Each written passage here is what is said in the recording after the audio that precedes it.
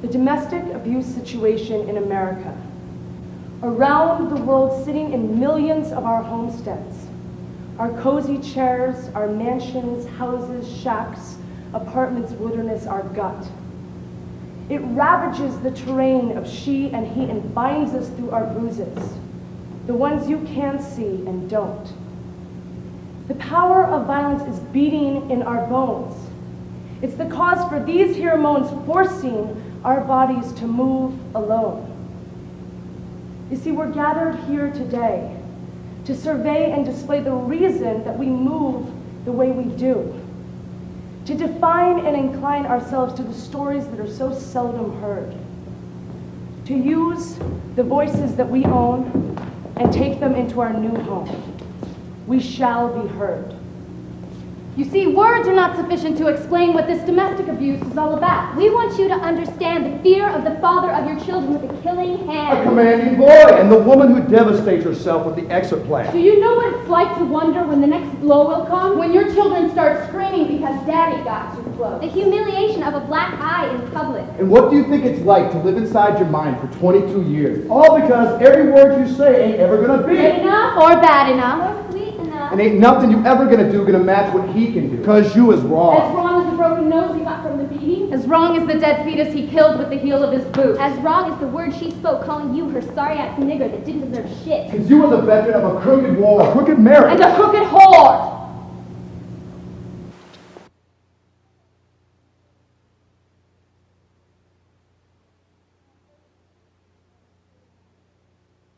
When I first met Richie, he was one of those sweet, never could hurt nothing kind of boys. He had a full set of shiny white teeth, pretty blonde hair. I used to make a habit of sitting real close to him on Sunday mornings at the Lutheran church Mama used to go to. As the preacher gave his sermon, my heart swelled with the love I felt for his beautiful soul sitting just 2 rows in front of me. He was so shy that morning until 6 months later he spoke his first words to me. He said, "Ruth Ann, I've been watching you for months now, and I think you're the most beautiful, special thing I ever looked for." That was it. It wasn't too long after that we were married, having children, and settled. I was did all sorts of crazy things to my mind. And things did go real well at our home for many years. We had a little girl named Mary and my little boy named Richie too. And we were happy. Lord knows we were really happy. I still can't say when Richie started changing because there was no one moment of transformation or anything like that. It just came on kind of like a cold. Only every symptom lasted a year to Richie. He wasn't Richie.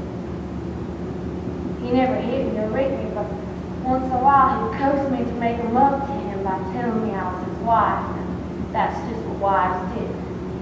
Back then I was stupid enough to believe that women all over America were having sex with their husbands even when they didn't want to. Looking back at our marriage, I believe I played the part of the innocent Southern Belle just about perfect. Because Richie was my first love. He was my first kiss. He was my first everything. I didn't know anything. So if he started getting mean, telling me I was gaining weight, looking ugly, and that he was going to find someone else less I shaped up. I just got scared. I got downright scared. I had no time to think about the fact that my body had changed because of my children, or that maybe he was just being mean. All I did is starve myself for a couple of weeks and wear even more makeup. Because to tell you the truth, I had no idea what I did for 2 months. Back then, I didn't even have a high school diploma. And the only job I ever had was as a waitress in some tiny diner in the middle of nowhere. It just seemed that as I got more and more scared of him leaving me, well, he just about got meaner and meaner. I remember many times he would come home from work. Dinner would be waiting for him on the table. He would come over, look at the food, and tell me what a horrible cook I was, and how could I make my kids eat such shit. I'd begin to cry a little, but it'd make him even madder. He would run around the house, inspecting the beds and the couches. And when he would find some lint or one of my kids' toys, he'd stampede towards me, just holding the very thing in his hand, screaming, "You can't even keep my own goddamn things clean, you stupid bitch." And then he'd grab one of my babies, point to their boobs, yell, "God damn it, Ruth Ann, you're such a stupid, worthless wife. You can't even keep your own goddamn children clean."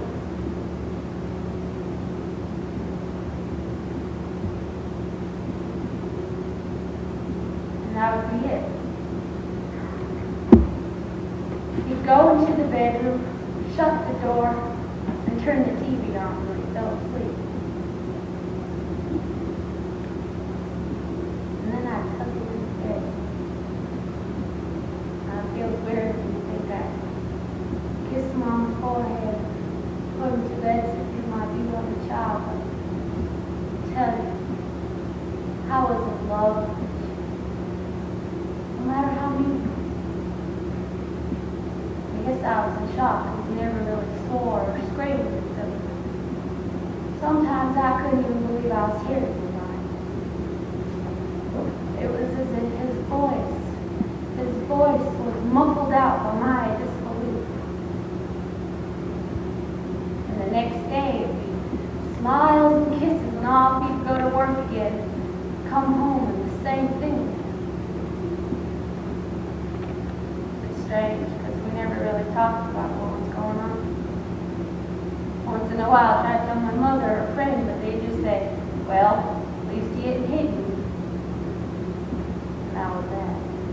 You see, in the South, people don't talk about their real personal details of their lives. It's one of them unsaid Southern rules. All the while, memories were getting worse. I remember the first time I realized how bad things had really become. I was on my way out to visit my friend Rachel. When he jumped in front of the door, he just wouldn't let me get past him. He started screaming. "I know what you do when you go out with your sleazy friends, you whore. I know where you go. You can't fool me. Jack told me all about it. He says you're the one who flirts the most, bitch." I stood there. I thought he was joking. I was waiting for him to tell me he was joking. But he wasn't. He was dead on serious. I realized then for the first time just how many names he called me the past 4 years. It's like all of a sudden there's this moment of inner silence where I couldn't hear anything outside. And I finally asked myself how I felt. Lord knows I felt just like everything that you ever said.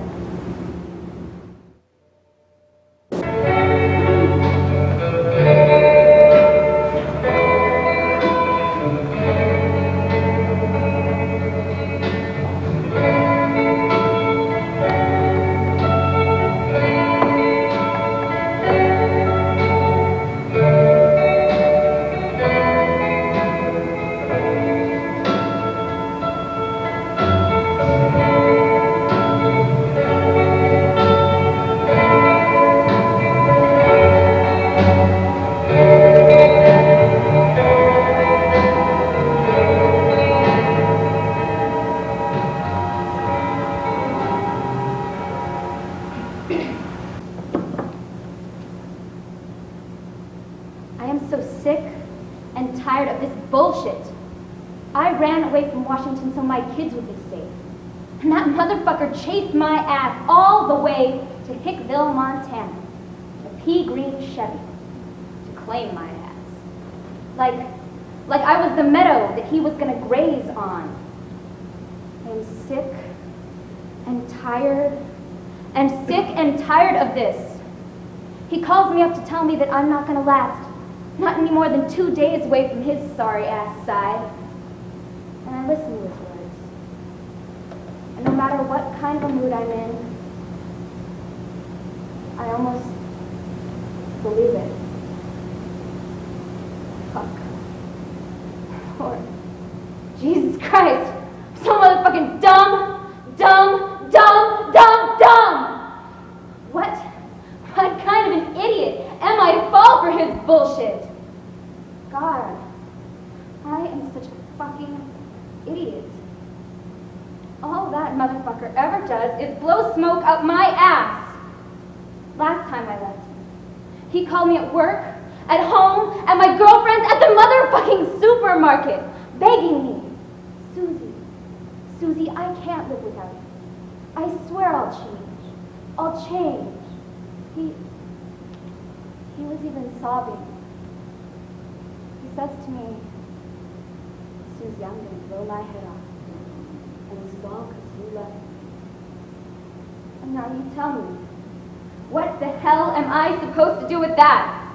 What the hell is a woman and a mother supposed to do when your children's father says he's gonna blow his head off because of you? Because of you.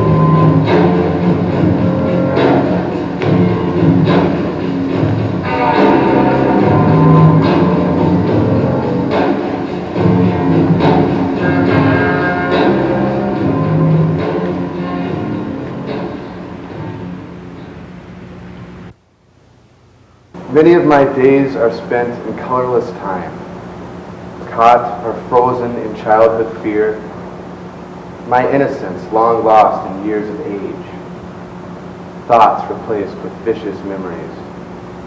Yet if I fasten my eyes and relax my soul, I see your eyes, your hands, your hair, your smile.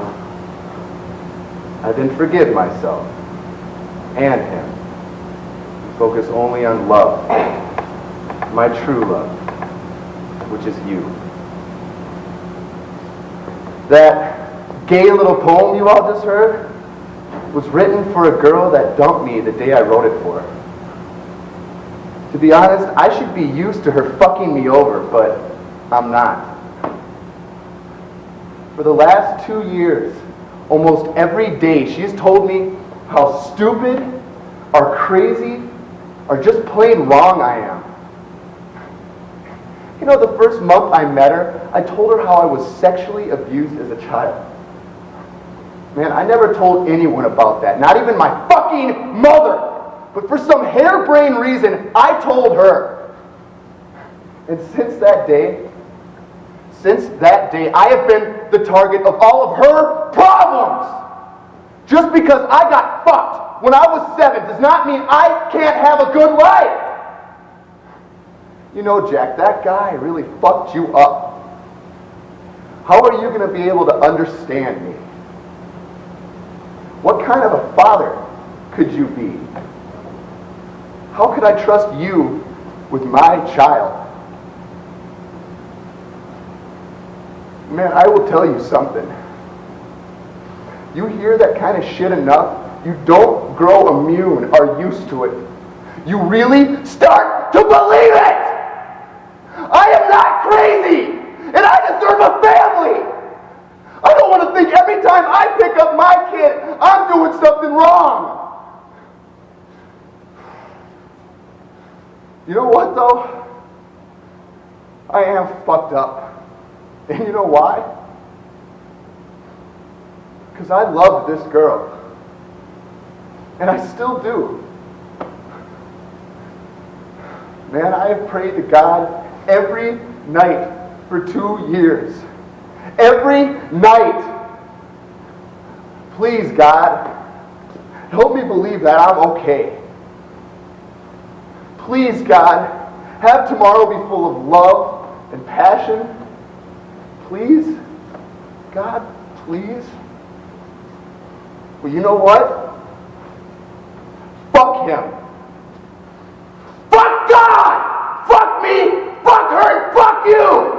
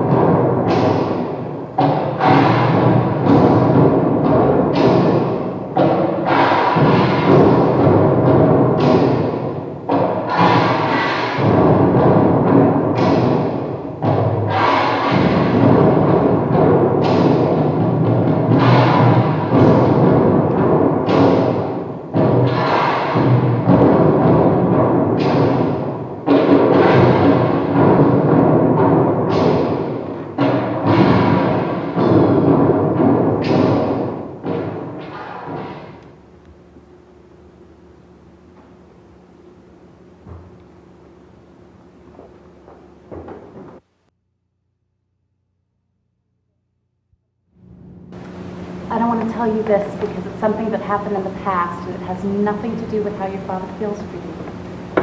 You must promise me you're not going to think any different of him for this. I promise not to. Just tell me.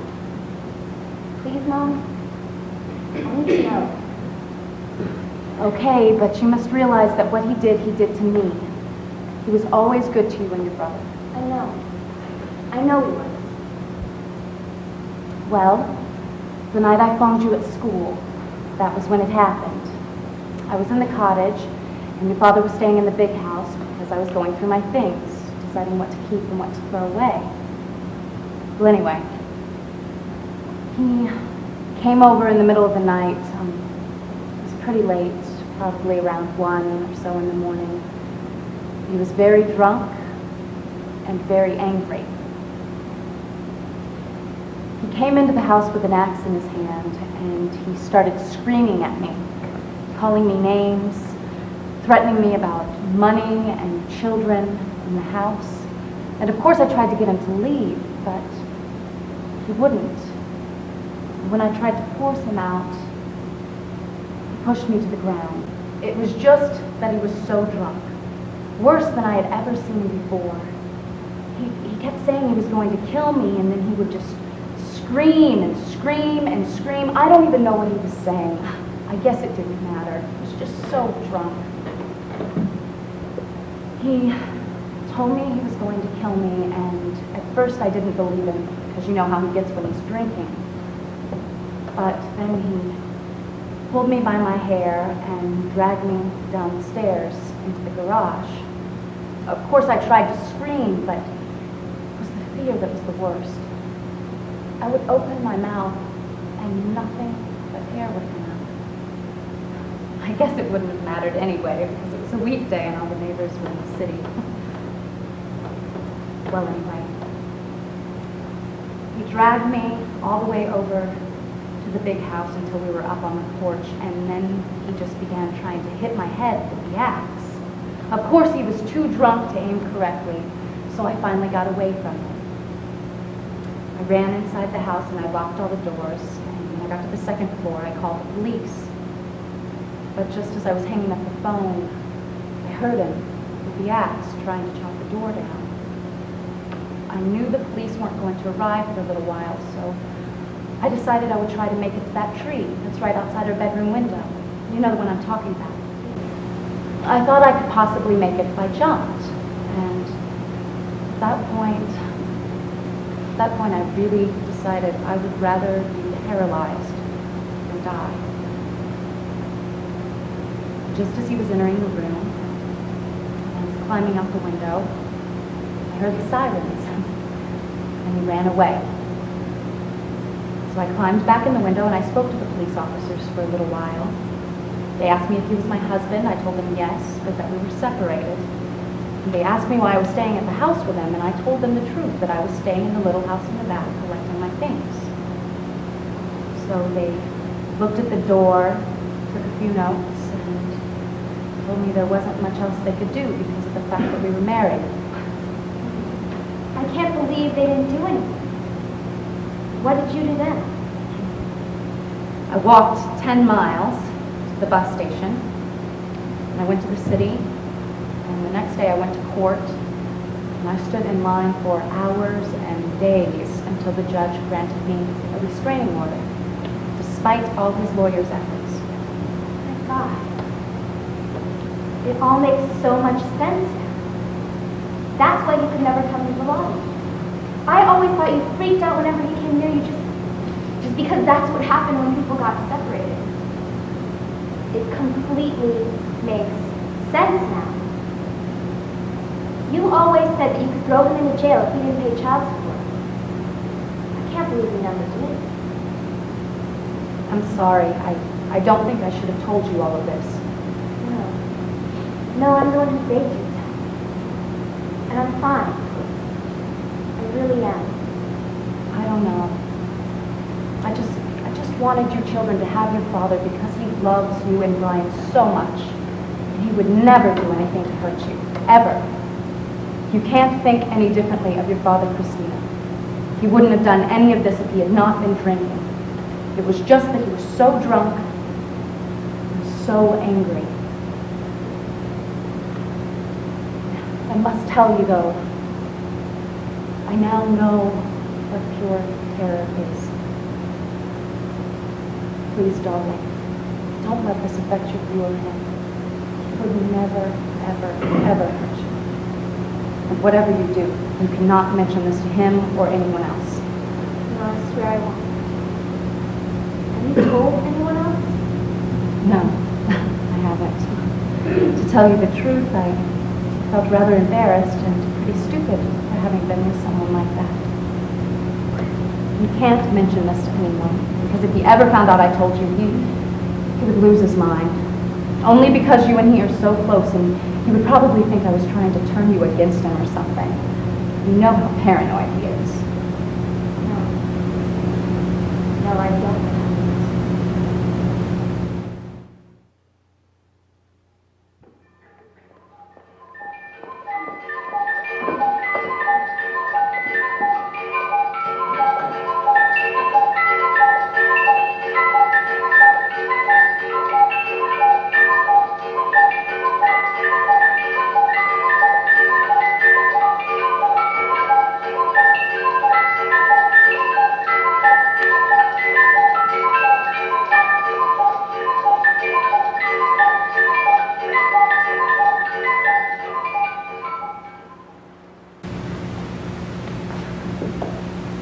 I've talked about it so many times now that I'm not sure it isn't a figment of my imagination.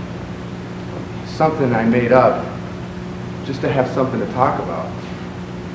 It hasn't always been this way. I never spoke to anyone about it until after the fact. I think I told my shrink about it first, but not until he pried it out of me for $60 an hour. I had sort of blocked it away. But in the course of some investigation, it came up. He also thought it would be positive for me to open up, tell my current partner, my friends, etc., etc., etc. He thought it would help me deal with my feelings and all the other emotional and psychological problems that I had contracted as a result of this little period of my life. You see, it didn't start as much. Lots of yelling, me yelling, her yelling, her yelling, her yelling. Everybody fights though, and I have always been a fighter. And couples that don't fight scare me. There's either something detrimentally wrong with them or they're just not really in love. Then the hitting and the scratching and all the crap like that started. I mean, we would fight for a while. Sometimes about something, sometimes not. I don't really remember. I was just constantly afraid that I would lose her.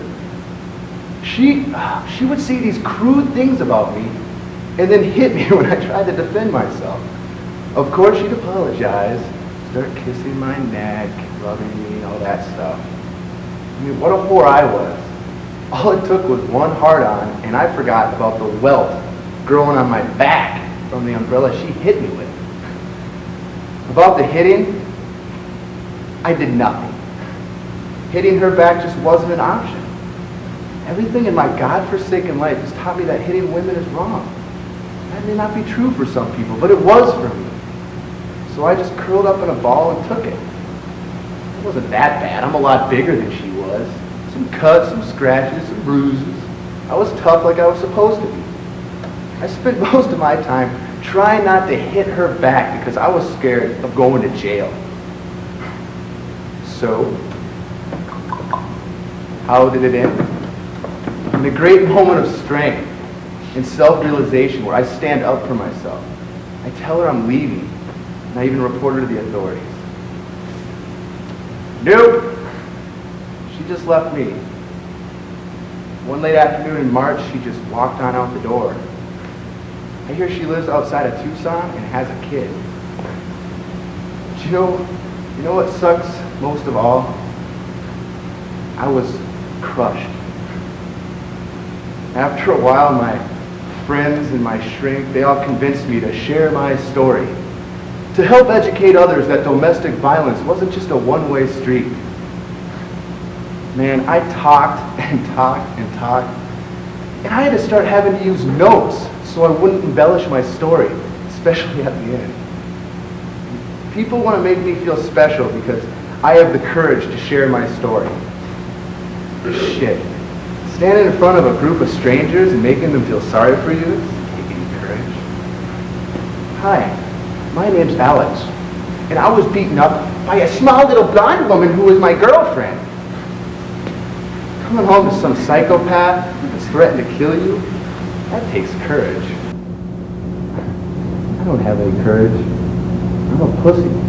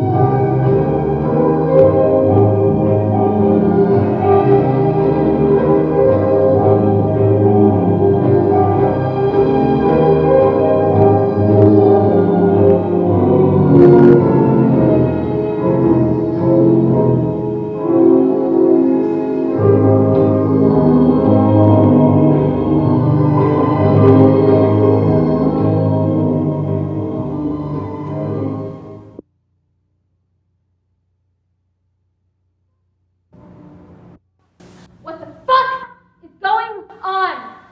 I can't take this anymore. I can't take this! I don't know.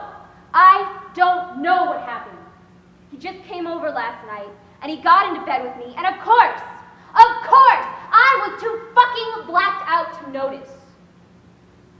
Oh my God. I can't believe that he was in my bed this morning. Why? God. Why?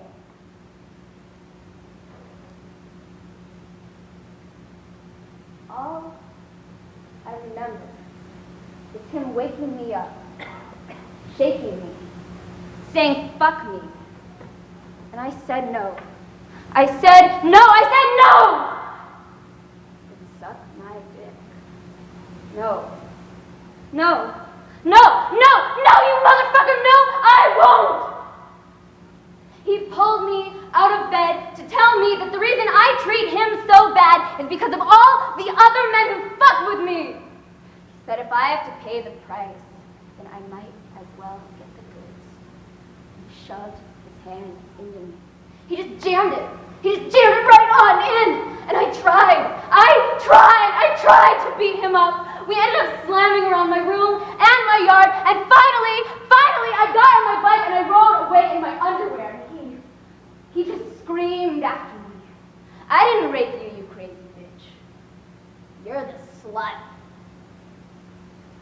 He tells me that if I have to pay someone $60 an hour to help me think, then I am a stupid, dumb bitch.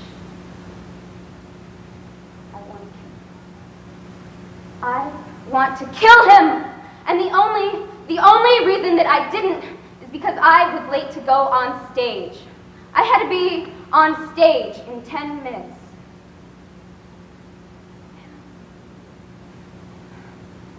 Man, I just wish that he would leave me the fuck alone. I wish that I would stop this. I wish that I would stop this all.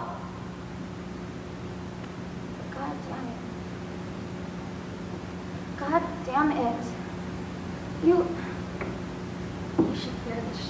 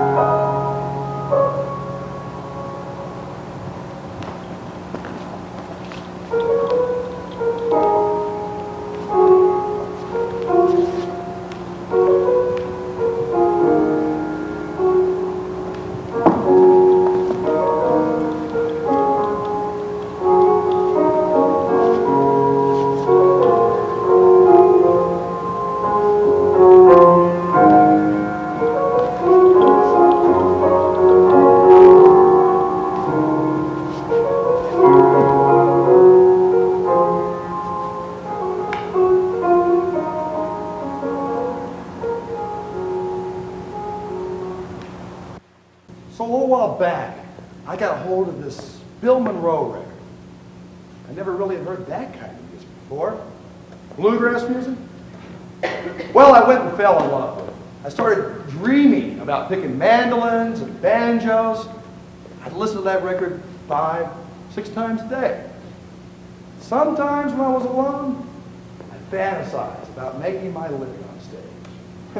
Strutting around, I'd turn to the band with the crowd hollering, I'd say, all right, boys, let's do Sweet Georgia Brown.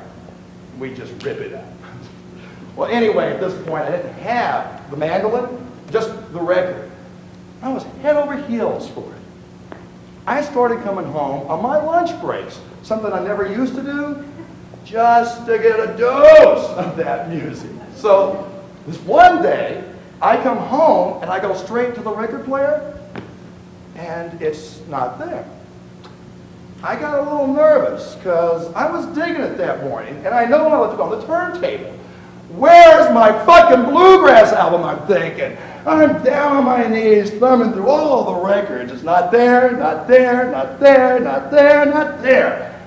I gotta get back to work in 20 minutes, and I'm about to piss my pants, so I run into the bathroom. There's Bill Monroe, broken into pieces, floating in a bowl of piss.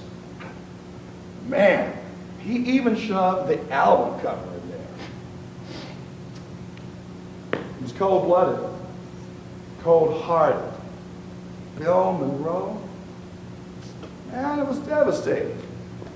But I concluded it's my own fault. I mean, it is an inferior music, an American atrocity, as David calls it. I should have never brought it into the house. So later that night, I come slouching into the house. He's got his weird jazz blaring as usual.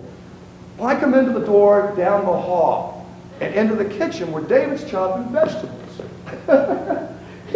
he's got pots and pans cooking on the stove, and he's swinging his hand all around saying, "Yes! Hot! Yes!" Well, he doesn't see me at first, so I just stood there thinking how I should apologize for having that Bill Monroe record around. But before I get done thinking, he sees me and says, "Oh, Michael, I put your Bob Malone album in the toilet this morning." And he just goes back to digging the music and drinking his organic latte. He's been way into this organic thing lately. Another one of his aesthetic hooks. He calls it Avant Nutrition. I don't really get it. But he says he's thinking about writing a book about it. A book he says no one but himself would really understand.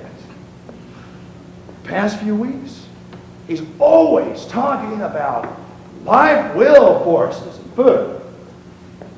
All I know is he's taken to the habit of throwing away all of my food because he says none of it has any of these life will forces in it, whatever that means.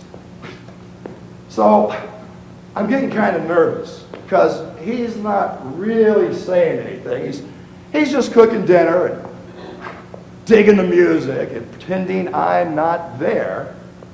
I got to wondering if he was cooking dinner for both of us.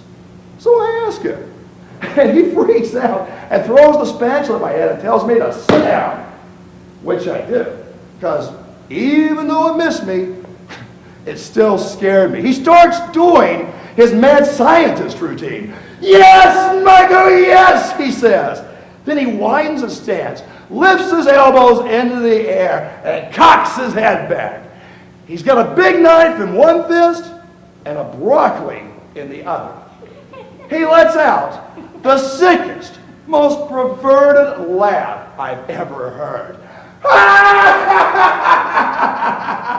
"Yes, Michael! Dinner for you, you little puke spill! You little turd! You tasteless fool! Yes! An organic meal! Abundant with the nectar of life will forces, unlike the rudiments of the sewage you're accustomed to eating." Then he stabs the knife into the air and pushes the broccoli into my nose. "Yes, Michael! The life will forces will let you see, you blind bastard, that Bob Malone is an American atrocity and unfit to fill the ears of bugs and rodents. Are you a little fruit fly, Michael, buzzing around the little mounds of Bob Malone's excrement?" Then, real nonchalant-like, he goes back to stirring the pots on the stove, chopping broccoli, and grooving to his weird jazz he thinks is so great. Well, I took a couple of minutes to lift myself up off the floor. Once I stood up on my feet, David says, "I think I'm going to have to take a shit. Would you mind cleaning out the toilet? I mean, after all, it is your Bob Malone record." I say, "It's a Bill Monroe record." Then I say, "Sorry for bringing it into the house." Since I was feeling pretty useless, I went and got my record out of the toilet.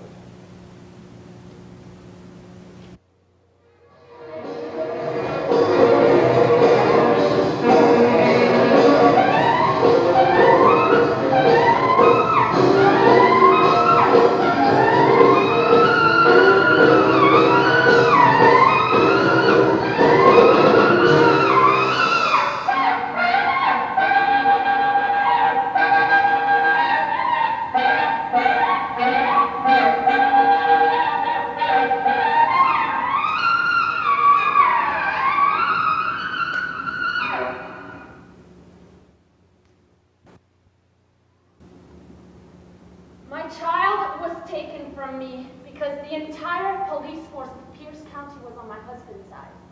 They decided to blind and deafen themselves to my calls for help, my bruises, my cracked skull, my hiding child.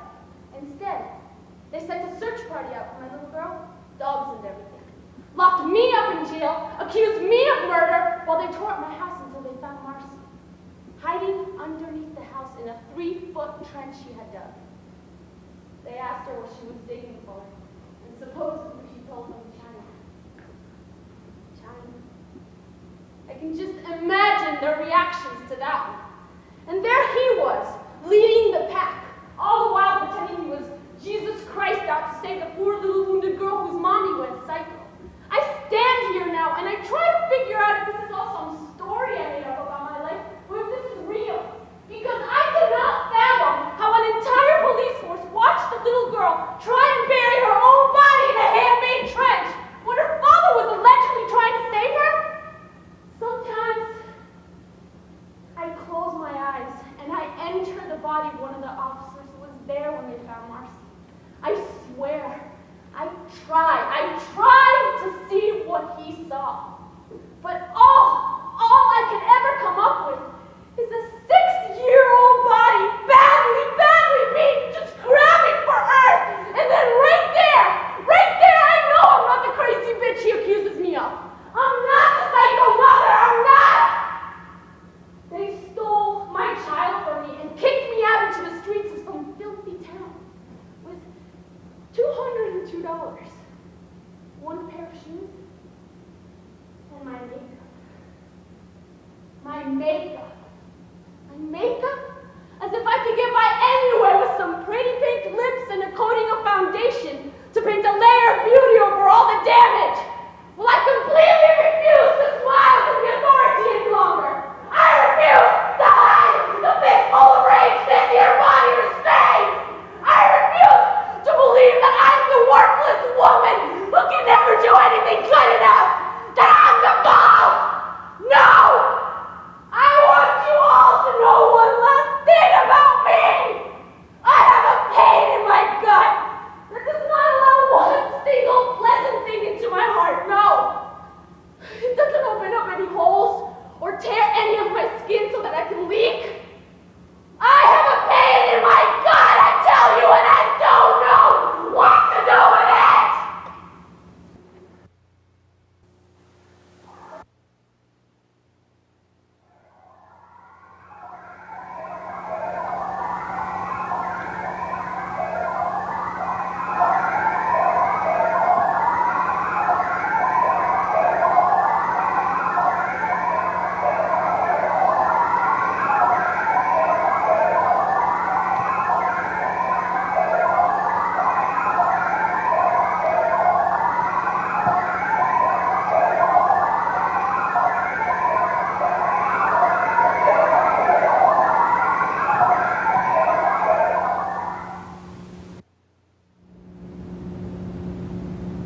Why in Christ's name am I here?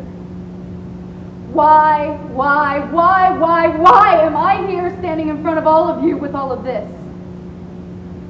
Hey, you. Yeah, you in the blue shirt. Can you explain to me why I'm here? That's okay. That's okay. Because I know why I'm here.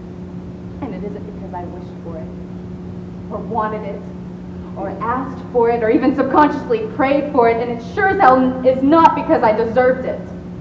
I repeat, I am not here because I deserved it. Did you see this knee? This knee don't work all that well anymore. It doesn't like to walk, although its impulse for years has been to run.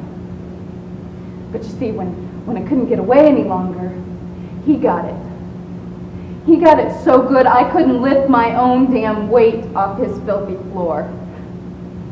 And seeing how I had a fucking eternity to ponder my existence and all, I came to realize how fucked up all this really was. And for the first time in this goddamn life of mine, I was completely disabled. I couldn't run from him anymore. And yeah, I admit I cried, and I did the whole hopeless thing for a little while, and I felt rage. But more than anything, than anything, I felt my body harden into this ruthless ball of, I am not going to take this shit anymore from you, you motherfucker. And then after that, my mind just sort of turned off. It was like whenever a thought would pop into my head, my body would quickly reach up and grab a hold of it and twist it and turn it until there were no more words, just one more pound of raw tension. So I lay there all night long, my eyes plastered to the ceiling, waiting. Only thing is, it wasn't like my mind thought about it, planned it out. It was a totally fucking physical response to everything he had ever done to me. I know that sounds crazy, believe me. I know, but I swear to you, my body freed itself from the strings of my mind and decided to put an end to all the shit it had taken.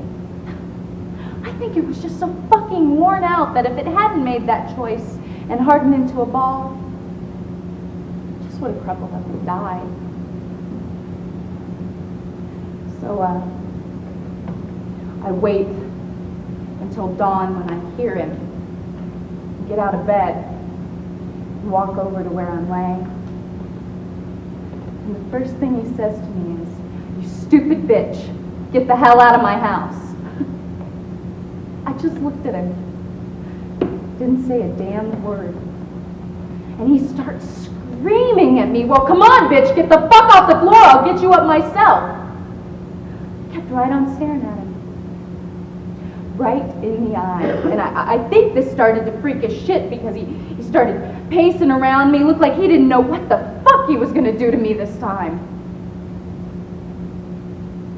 Finally, he plants his feet on either side of my hips and stares down at me with his mangled dick just hanging there. And he starts to touch himself.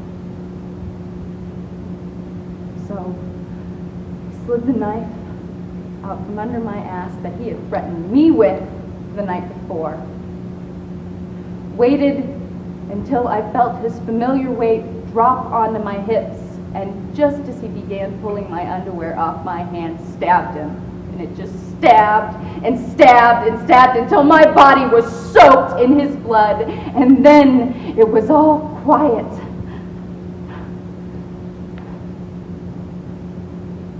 It was all very calm,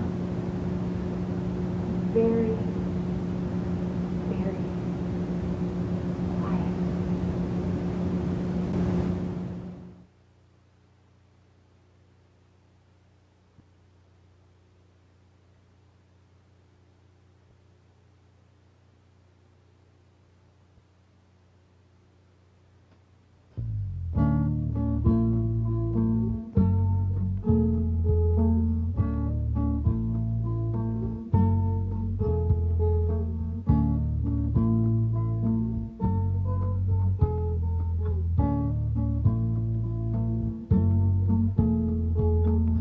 Get a fast car.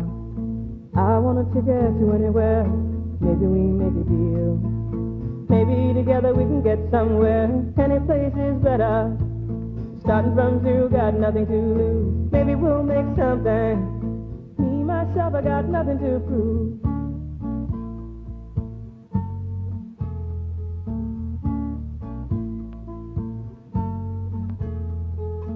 You get a fast car. I got a plan to get us out of here. Been working at the convenience store. Managed to save just a little bit of money. Won't have to drive too far. Just cross the border and into the city. You and I can both get jobs and finally see what it means to be living.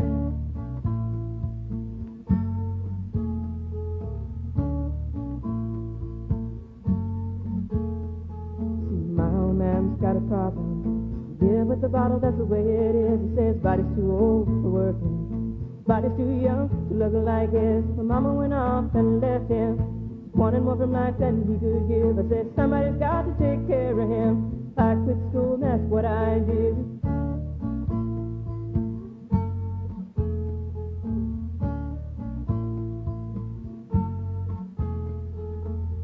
get a fast car? Is it fast enough so we can fly away? We gotta make a decision. Leave tonight and live and die this way.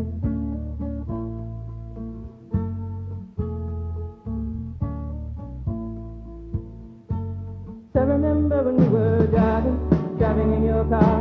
Speed so fast, I felt like I was drunk. City lights day out before us, and your arm felt nice wrapped around my shoulder. And I had a feeling that I belonged. I had a feeling I could be someone, be someone, be someone.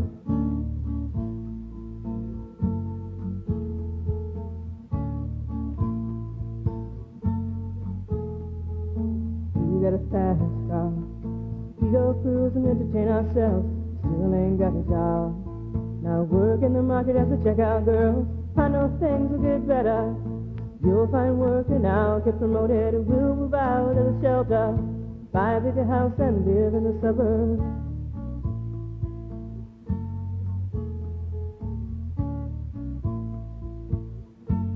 So I remember when we were driving in your car. Speed so fast, it felt like I was drunk. City lights day out before us, and your arm felt nice wrapped around my shoulder. And I had a feeling that I belonged. I had a feeling I could be someone, be someone, be someone.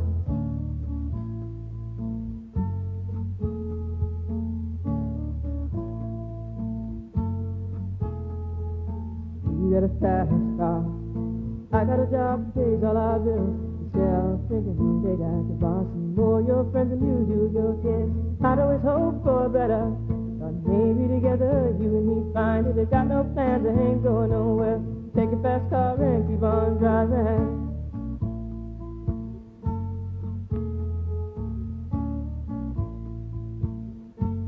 I remember when we were driving in your car. Speed so fast, I felt like I was drunk. City lights stay out before us, and your arm felt nice wrapped around my shoulder. And I had a feeling that I belonged. I had a feeling I could be someone, be someone, be someone.